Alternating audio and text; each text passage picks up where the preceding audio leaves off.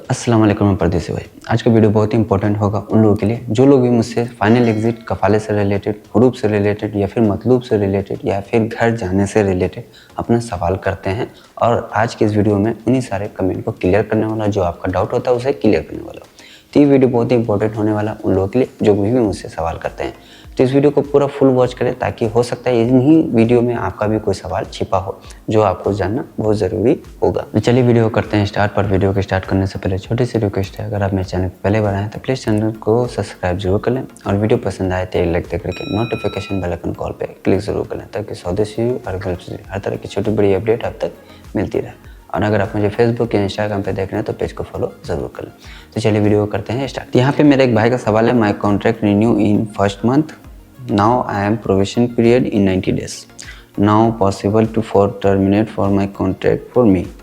देखिए इनका कुछ सवाल फंसा है। अभी इनको जो है रिन्यू हुआ कॉन्ट्रैक्ट 1 महीना हुआ है और इनका जो प्रोविजन पीरियड है, और प्रोविजन पीरियड में ये अपना कॉन्ट्रैक्ट को टर्मिनेट करना चाह रहे हैं। तो देखिए प्रोविजन पीरियड में आप अपना कॉन्ट्रैक्ट को टर्मिनेट नहीं कर सकते हैं, एक्सेप्ट जरूर कर सकते हैं। आप एक्सेप्ट ना करें तो फिर कोई दिक्कत नहीं। अगर आपने एक्सेप्ट कर लिया तो प्रोविजन पीरियड में आपको फाइनल एग्जिट जाना नहीं जा सकते।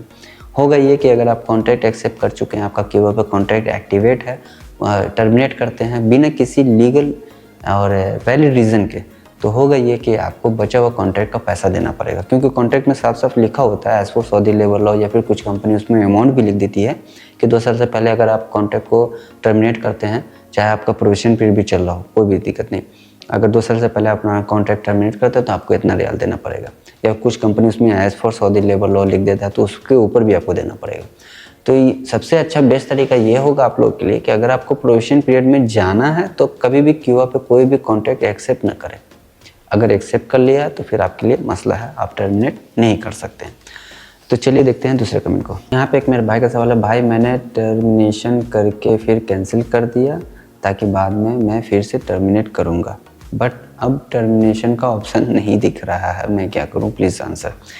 तो देखिए जो लोग भी मेरे भाई लोग ये गलती करते हैं, अक्सर यही लोग गलती करते हैं कि कॉन्ट्रैक्ट टर्मिनेट करने के लिए जाते हैं, टर्मिनेट कर देते हैं, फिर बाद में जो उसका नोटिस पीरियड होता है उसके अंदर ही उसको कैंसिल कर देते हैं। बाद में होता ये है कि जब आप टर्मिनेट करने के लिए चाहते हैं तो आपका टर्मिनेट नहीं होता। तो कभी भी कॉन्ट्रैक्ट टर्मिनेट करना हो मेरा भाई लोग तो इस चीज़ का ख्याल रखें कि अगर आपको टर्मिनेट करना है तो टर्मिनेट करना है, बाद में बीच में उसको कैंसिल नहीं करना है। होगा ये कि कैंसिल तो हो जाएगा लेकिन बाद में जब आप टर्मिनेट करने के लिए चाहेंगे तो वो ऑप्शन ही आपको नहीं मिलेगा। ठीक है, ये एक तरह का बग कह सकते हैं क्यूबा में। मुझे इस चीज़ का पूरा इल्म नहीं इसलिए मैंने बता रहा हूँ, लेकिन ये गलती हर लोग करता है। इसलिए अगर आपने एक बार कॉन्ट्रैक्ट टर्मिनेट कर दिया तो टर्मिनेट कर दिया, बीच में कैंसिल ना करें। अगर कैंसिल कर दिया तो हो सकता है बाद में आपको टर्मिनेट करने का मौका ना मिले। हाँ, आप ये कर सकते हैं कि अगर आपको कॉन्ट्रैक्ट टर्मिनेट किया है, रीज़न आपने दिया, ठीक है ओके, आप ये कर सकते हैं कि आप रिटर्न में लिख करके देते हैं रिज़ाइन लेटर कि हाँ इस कॉन्ट्रैक्ट को ख़त्म करने के बाद मैं कंपनी या कफील के साथ कोई दूसरा कॉन्ट्रैक्ट नहीं करूँगा, क्योंकि मेरा क्यूबा पे कॉन्ट्रैक्ट टर्मिनेट करने का ऑप्शन नहीं आ रहा, इसलिए मैं रिटर्न में लिख के दे रहा हूँ। आप इतना कर सकते हैं, लेकिन अब उसके अलावा कोई ऑप्शन आपके पास नहीं बचता। तो इसलिए कॉन्ट्रैक्ट टर्मिनेट करने से पहले हर चीज़ को समझ लें, उसके बाद कॉन्ट्रैक्ट टर्मिनेट करें।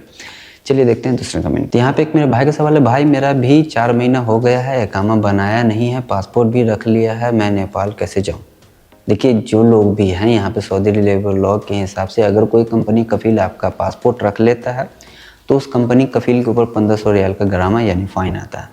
अगर कोई कफील कंपनी आपका पासपोर्ट रखता है तो सबसे पहला स्टेप तो ये लें कि आप किसी नज़दीक का कोई पुलिस स्टेशन जाएं या फिर कोई सुरते को पकड़ें, वहाँ जाके कंप्लेन करें कि मेरा पासपोर्ट कफील या कंपनी बिना मेरे मर्ज़ी के रख लिया है। ये पूरी तरीके से इलीगल है, इसलिए मैं बोल रहा हूँ।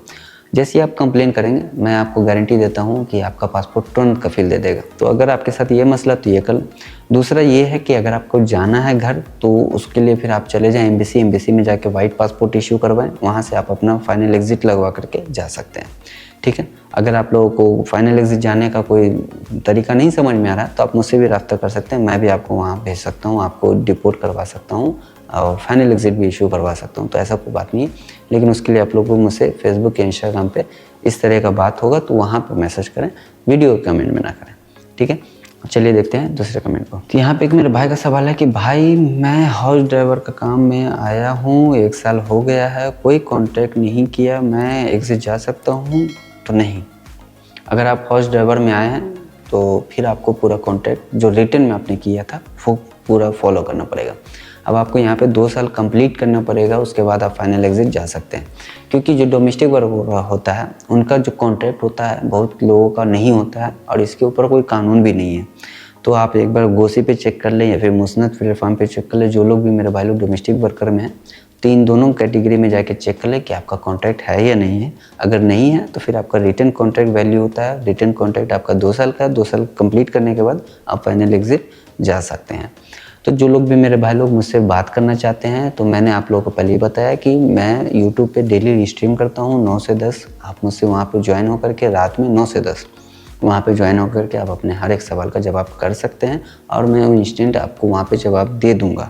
तो जो लोग भी मेरे भाई लोग फेसबुक या इंस्टाग्राम पे स्पेशली बात करना चाहते हैं वो लोग वहाँ पे आ जाएं तो ईजी होगा आप लोग के लिए। मैं वहाँ पे आपको तुरंत ही सारा सवाल का जवाब दे दूँगा, जो आपका डाउट होता है उसको क्लियर कर दूँगा। चलिए देखते हैं दूसरे कमेंट को। यहाँ पे एक मेरे भाई का सवाल है, भाई 2 साल हो गया है, 1 साल का इकामा एक्सपायर है, दूसरे कंपनी से ऑफ़र है, अगर मैं ट्रांसफ़र लूँ तो मेरी कंपनी कोई लीगल एक्शन तो नहीं ले सकती? मैं ग्राफिक डिज़ाइनर हूँ।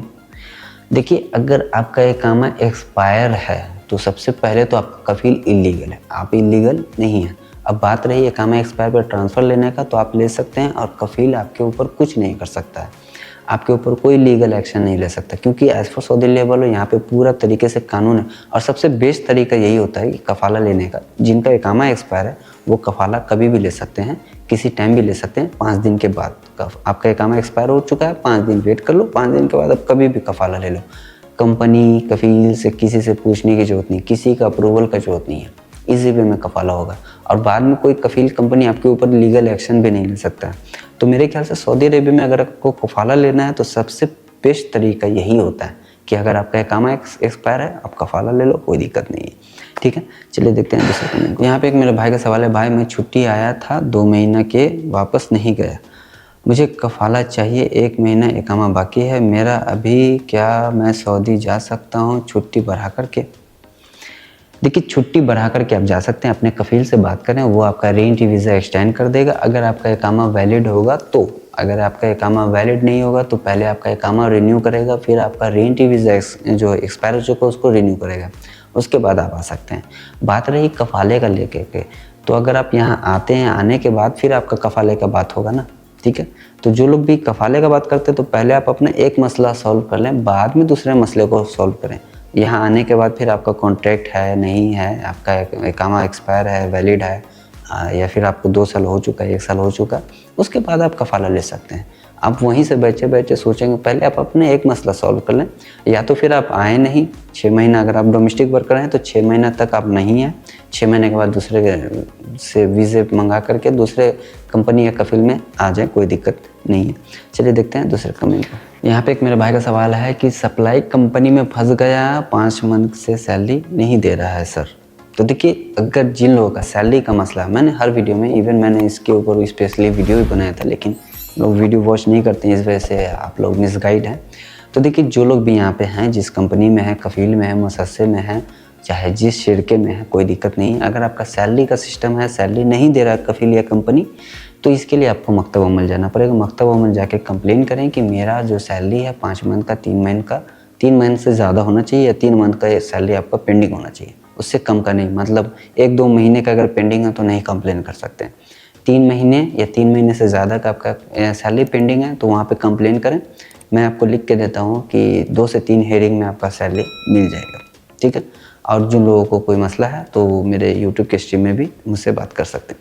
ठीक है, तो आई होप कि मेरा वीडियो आपको पसंद आया। अगर पसंद आया तो प्लीज़ चैनल को सब्सक्राइब भी कर लें, और वीडियो पसंद आए तो एक लाइक दे करके नोटिफिकेशन बेल आइकन कॉल पे क्लिक ज़रूर कर लें, ताकि सऊदी से और तब से हर तरह की छोटी बड़ी अपडेट आप तक मिलती रहे।